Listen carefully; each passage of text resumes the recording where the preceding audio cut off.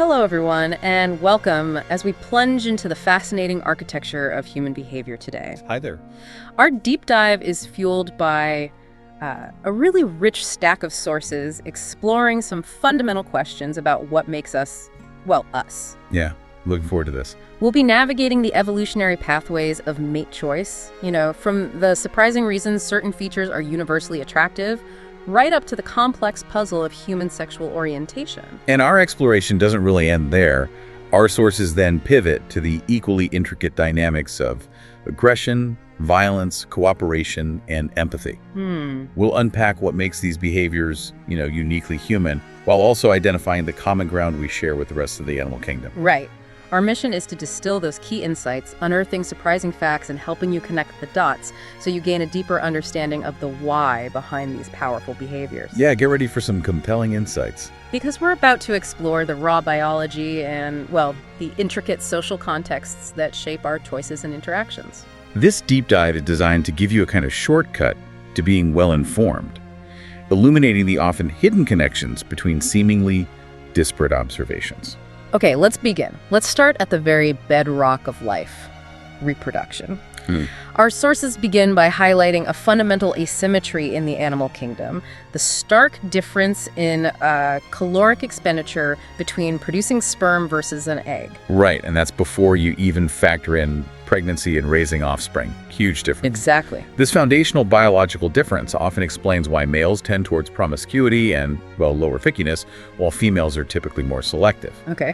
Our sources also detail the male-male competition for mates and the various strategies employed to increase gene propagation and decrease competitors' success. And female counter strategies too, right? Oh yeah, along with female counter strategies to these tactics. But the narrative truly takes an interesting turn when we consider female-female competition. Our sources point out that in pair bonding or monogamous species, think certain New World monkeys or many bird species. Right. Females can be remarkably aggressive, sometimes even exhibiting larger body sizes or more pronounced secondary sexual characteristics than their male counterparts. Precisely. In these systems, where the male is expected to invest significantly in raising offspring, females fiercely compete. For what exactly? For access to males who demonstrate competence, sort of maternal qualities, and a strong ability to provide resources. It's a compelling reversal of the more commonly observed male competition. So, building on these foundational ideas of mate choice, we arrive at one of evolution's enduring puzzles, the prevalence of homosexuality. Right. A big question. Our sources highlight its presence in, 5–20% of human cultures, and it's widespread in other species too. Yeah, absolutely observed elsewhere. Given that it has historically decreased direct gene passing, a crucial question arises. Why hasn't it been selected against? The sources explore three theories, all positing some kind of genetic component, however subtle it might be. Okay, what's the first one? One is heterozygotic vigor. This is where a trait in its full homozygous form might be detrimental, but a partial heterozygotic form offers a significant advantage. Like sickle cell providing malaria resistance. Exactly like that.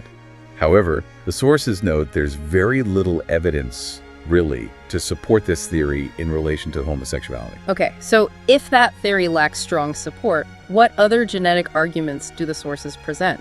Is there stronger evidence elsewhere? Well, the second is a gender-dependent genetic argument. This theory suggests the trait is maladaptive in one gender, decreasing reproductive success, Okay. but highly adaptive in the other, significantly increasing it. So, for instance, the prediction for gay men is that their sisters would have a higher than average reproductive rate. And is that observed? Our sources confirm this observation is indeed present in the literature. Quite consistently, actually. Interesting. And the final theory. That would be the helper at the nest model, also known as kin selection. Right, helping relatives. Exactly.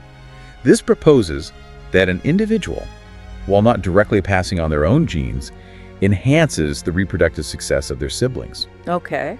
And a fascinating aspect here is that the sources say this theory predicts both sisters and brothers of gay men should have increased reproductive rates. Both, not just sisters. Both. And this is largely what has been observed, providing pretty robust support for this kin selection argument. Okay, moving from the grand strategies of mate choice, let's zoom in on the specific characteristics individuals seek in a partner. Good idea. Our sources delve into some surprisingly universal markers, beginning with the acclaimed role of facial symmetry. Ah, yes, symmetry.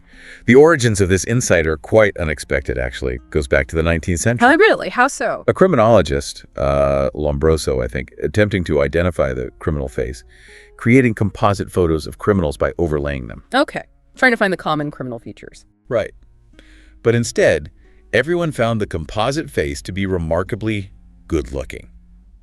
It turned out that averaging faces naturally creates more symmetrical ones. Huh. So the interpretation then is clear. Symmetry is considered a reliable marker of health. Pretty much. Highly asymmetric faces can often result from developmental issues or health complications during development. And this preference is consistent. Remarkably so, across the board. 2-month-old babies prefer symmetrical faces. It's observed in rats, non-human primates. Wow. There was even a rather entertaining study published in Nature about 5 years ago that found people with symmetrical faces were better dancers. Better dancers. That's wild. How on earth did they manage to figure that out? They filmed people dancing, then converted them into these sort of Gumby-like figures to remove individual identifying features. Okay, so just the movement. Just the movement. Yeah. Then they had others rate the dancing and correlated those ratings with facial symmetry measurements taken beforehand. And there was a link. Significant one, yeah. The proposed indirect route is that symmetrical faces are seen as more attractive, Right. leading to people being treated better, perhaps becoming more confident, more extroverted, and thus just more comfortable dancing. It's a bit of a chain reaction. Fascinating. And here's where the subtle biology truly shines. Women's faces become ever so slightly more symmetrical when they are ovulating. Tiny changes, but measurable. Yeah.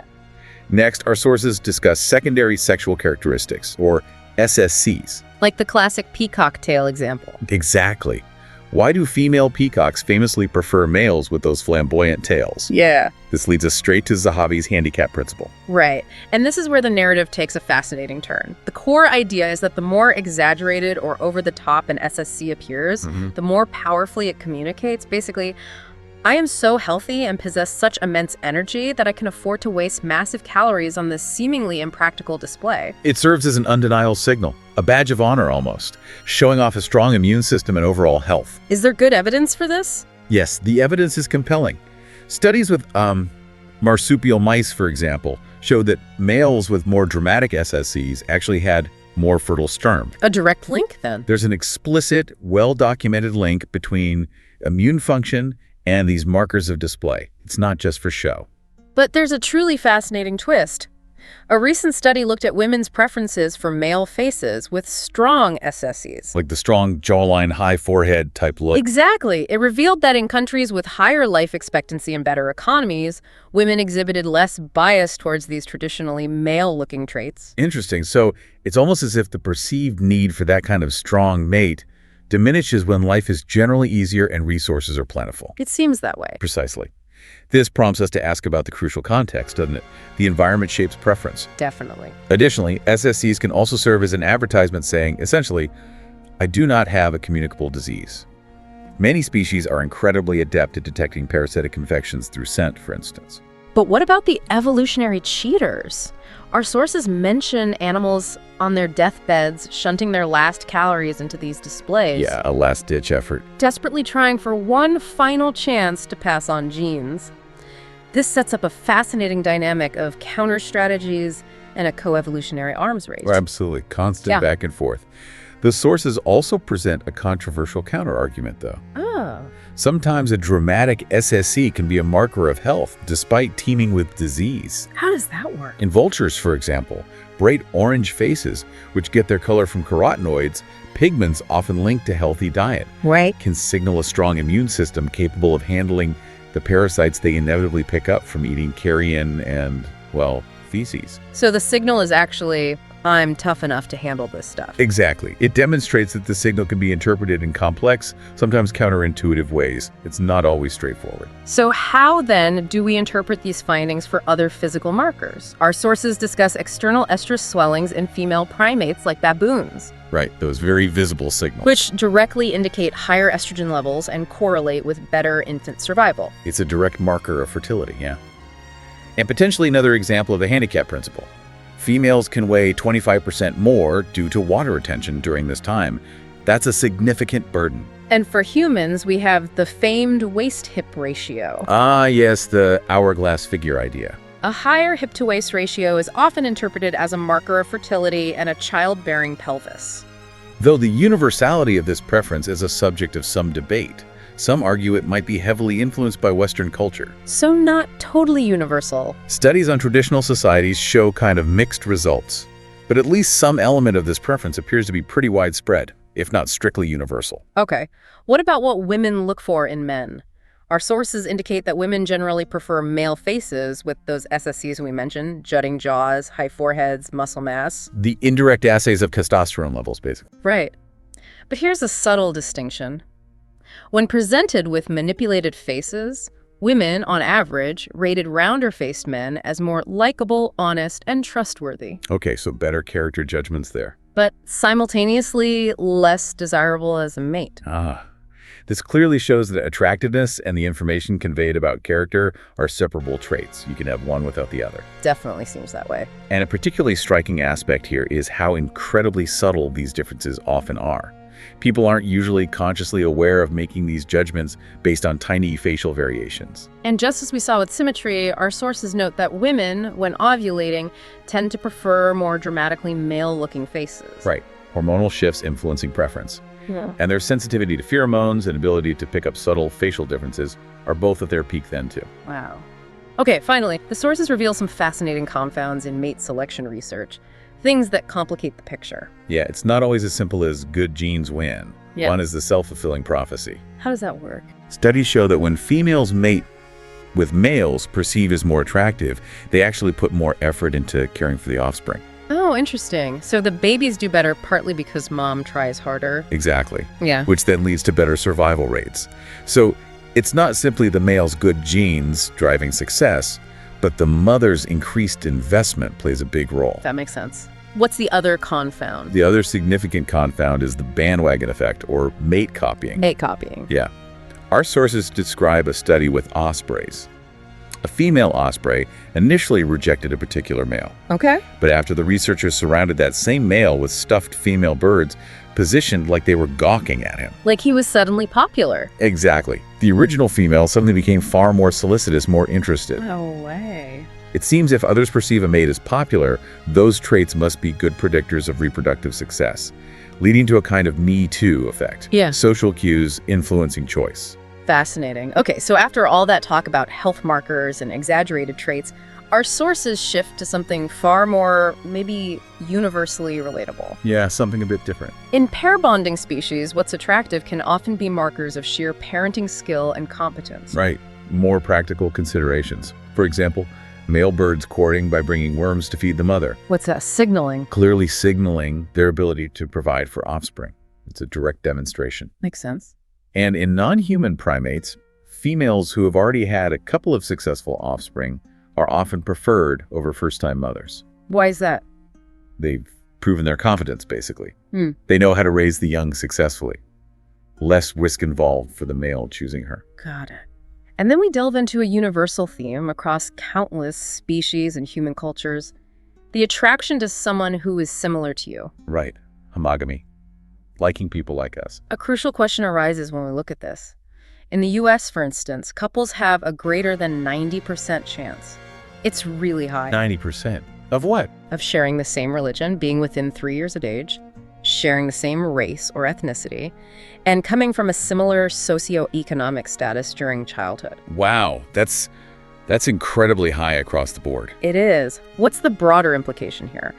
We also see more than 40% homogamy for IQ and education. Still very significant. And even subtle traits like height, weight, hair color, lung capacity, nostril width, eye width show significant, though lower, rates of homogamy. Which probably act as surrogate markers, right? Indirect ways of preferring similar race or ethnicity without consciously thinking about it. Seems likely. The evolutionary logic behind this connects back to avoiding the dangers of inbreeding too much similarity is bad. Right, genetic diversity needed. While also not mating with someone so unrelated that kin selection benefits are totally lost. Studies in birds and humans suggest optimal fertility occurs with partners who are roughly third to fourth cousins. Third to fourth cousins. That's specific. That's what some data suggests. Finding that sweet spot of relatedness. Our sources delve into fascinating historical data, too. Traditional hunter-gatherers often married someone from less than 40 kilometers away. Makes sense. Geographically limited pools. And agricultural villagers averaged less than 10 kilometers, which naturally leads to a high degree of homogamy over time. And a particularly striking aspect here is the data from Iceland.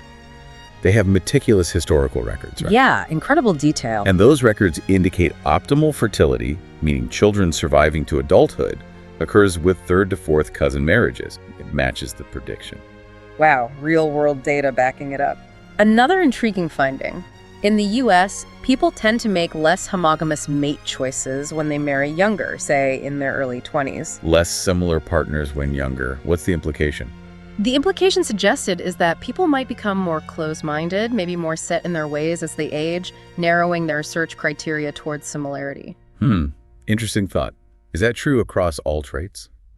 Well, there's an interesting exception for religion, though. While homogamy generally increases with age, there's a distinct blip of increased heterogamy, choosing someone different in religious choices for people marrying between 50 and 60. A blip of marrying outside their religion in that age range. Why? What does this tell us? The sources suggest several theories, maybe fewer options available in their own group, Practical reasons. or perhaps not needing to worry about raising kids in a specific religion anymore.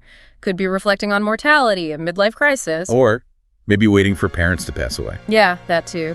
Waiting for parents to die before marrying someone they know their parents wouldn't approve of. Lots of possibilities. Human behavior is complex. It certainly is. Finally, the sources present a famous study by evolutionary biologist David Buss from about 15 years ago. The big cross-cultural survey. Exactly. Surveying tens of thousands of people across diverse cultures globally about desirable mate traits. And it was a bit, disheartening for some because it seemed to confirm all the stereotypes. What did it find? Women consistently preferred older men with economic prowess, status, resources. And men preferred younger women with health markers of fertility, physical attractiveness. And this was everywhere. This pattern emerged in every single culture looked at. Pretty striking universality. There's a crucial point often missed. Yes. The most important point, which everyone consistently misses about this study, is this. While those gender-specific preferences were strong, and definitely there, in every single one of the countries surveyed, both sexes had an equal preference for the number one thing on the list. And that was? Winding up with somebody who's nice to them, kindness. Just niceness. Above all else. That's actually quite hopeful, isn't it? It really is. Okay, shifting gears now from mate choice. Right. Our sources move to the complex and, let's face it, often uncomfortable topic of aggression, violence, cooperation, and empathy. Yeah, heavy stuff, but crucial. The discussion begins with a kind of jarring anecdote about a professor tripping an opponent in a soccer game and feeling wonderful. It prompts us to ask, doesn't it? The core idea here, presented in the sources, is that very little about aggression is about how to be aggressive. The mechanics are often simple. So what is it about then? It's almost entirely about when. The appropriate social context. Context is key. Exactly. The exact same behavior tackling someone, for example, can lead to medals on the sports field or prison time on the street.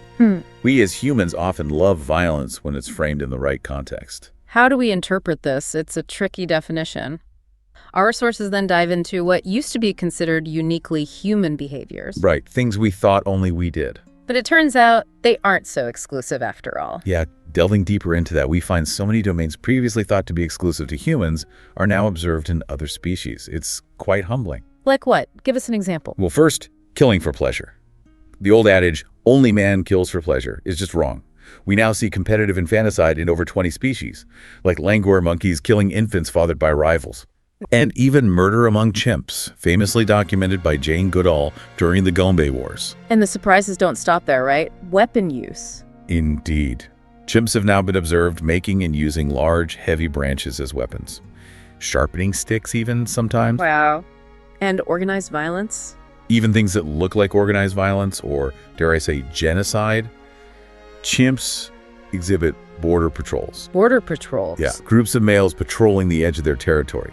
and they engage in systematic killing of rival males from neighboring groups if they catch them alone. How is that facilitated? It's facilitated by their social structure, where adult males within a group are often related, so there's a kin selection component to defending the group's territory and resources. Okay, what about the flip side, reconciliation? That was also once thought to be a human-only trait. Absolutely. But now it's observed in dozens of species. Dolphins, whales, various primates. Franz Owal first reported it formally in rhesus monkeys. Kiss and make up, basically. Is it always the same? No, there are subtleties. A fascinating one is that the odds of reconciliation increase when the relationship is more important or valuable. How do they know that? Studies with macaque monkeys showed pairs who had a history of cooperating successfully for food rewards were more likely to reconcile after a fight than pairs who didn't cooperate. So they value the relationship more. Exactly. There are also gender differences observed. Female baboons reconcile, but male baboons generally do not. Different social strategies. And bonobos, the peaceful apes. Ah, yes. Bonobos, famously peaceful, Right. often reconcile through sexual contact after aggressive interactions. But it underscores the point. Even in this species known for making love not war, aggression must exist for reconciliation to occur afterwards. All right, you can't reconcile if there wasn't a conflict. What about empathy? The fundamental building blocks seem to be there too. Franz de Waal's chimp study, for example, showed that chimps distinguish between an innocent victim of aggression and the one who started the fight. Ow. They groomed the victim more, offered comfort, essentially. In a remarkable study in Science with lab rats, demonstrated a sort of crude version of empathy. A rat's pain threshold was actually lowered if it heard alarm calls from a cage mate it knew, But not a stranger. but notably not from a strange rat it didn't know. There was some kind of social bond influencing the physiological response to another's distress. That's amazing. And a sense of justice. Even that. Again, hints of it. Another Franz de Waal study with chimps. If they cooperated on a task to get food, but the researchers unfairly gave the reward only to one chimp, that chimp who got the reward was more likely to spontaneously share it with the partner who got nothing, as if, feeling bad for the rotten deal their partner got. Incredible. So hierarchy isn't always about brute force either. Right. We also observe different kinds of dominance hierarchies in animals, not just the top-down despotic ones like you see in baboons or chimps, where resources are unequally distributed, mainly through violence or threat of it. What's the alternative? There are also bottom-up egalitarian hierarchies, like vervet monkeys, where leaders can actually be overthrown by the group if they become too abusive or take too many resources. So the group keeps the leader in check. Exactly. It forces us to confront what really counts as violence too. Potter monkeys, for instance, appear quite unaggressive in the wild Why is that? because their natural social structure keeps potentially aggressive males physically apart most of the time. But if you put them together in a confined space like a cage, Then what happens? they often fight viciously, sometimes to the death. Context changes everything. Okay, so while we share many of these behaviors, these building blocks with the animal kingdom, our sources compellingly argue that humans elevate these actions, both aggression and empathy, to completely unprecedented levels. Right. A particularly striking aspect here is our violence. While we can be as physically violent as a chimp face to face, our aggression is often far more subtle, more complex. We can be violent by simply pulling a trigger from miles away, or just looking away when someone needs help, Dropping a bomb from 30,000 feet. or engaging in passive aggression, which is almost uniquely human in its complexity. Our sources provide some really striking examples of this passive aggression. One is about a 5-year-old girl. Oh yeah, this one's memorable. She was forced to paint a new Easter egg for a child she'd fought with as a way to make amends. Okay, seems reasonable. And she paints it completely black. Black. Solid black. It's cooperation with the letter of the law. She painted the egg, but it's extreme violence to the spirit of the reconciliation. That's a purely human form of passive aggression. Wow. That's subtle and powerful. Any others? Another one involves a wife, cut off in traffic. She gets angry, tails the offending driver, Okay, road rage starting. pulls up alongside, rolls down the window, and throws a lollipop at him. A lollipop. Yeah, yelling, "Anybody who could do something like that needs this." The symbolic nature of that act, the intrinsic passive aggression, the psychological complexity, that feels uniquely human. Definitely not something you'd see a baboon do. Right. And perhaps most chilling, we see drone pilots. People who spend their days remotely killing other people on the other side of the planet, then go home, hug their daughters, pick up the dry cleaning. This unmatched compartmentalization of emotion and lethal action is a stark, maybe terrifying example of distinctively human violence. It really is. Yeah. Similarly, while other species show empathy, we take it into realms that are utterly unrecognizable elsewhere. How so? We're moved by the plight of people on the other side of the planet we'll never meet, by artwork depicting suffering, by movie characters. Fictional characters, even. Even fictional characters in books. The source mentions feeling sorry for a discarded lamp in an IKEA advertisement. I mean, no hippo would ever comprehend that feeling. That's a great point. And finally, our sources powerfully highlight the uniquely human capacity for reconciliation and forgiveness on a grand scale. Yeah, beyond just individual relationships. We've invented things like truth and reconciliation commissions in places like post-apartheid South Africa or Rwanda after the genocide, where victims face their tormentors, hear confessions, and in some truly remarkable cases, achieve profound forgiveness.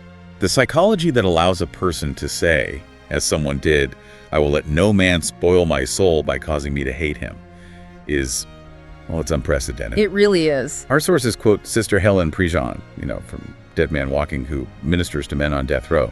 She explains her devotion by saying, "The less forgivable the act, the more it must be forgiven.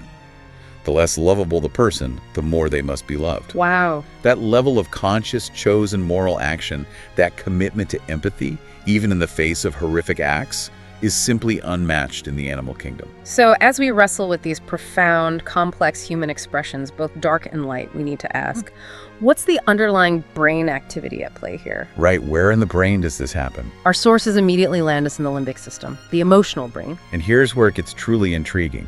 There's actually 80-year-old research from way back in the 1930s on something called Kluver-Bucy syndrome. What did that show? It showed that destroying parts of the limbic system in primates led to completely inappropriate behavior, both sexually and aggressively.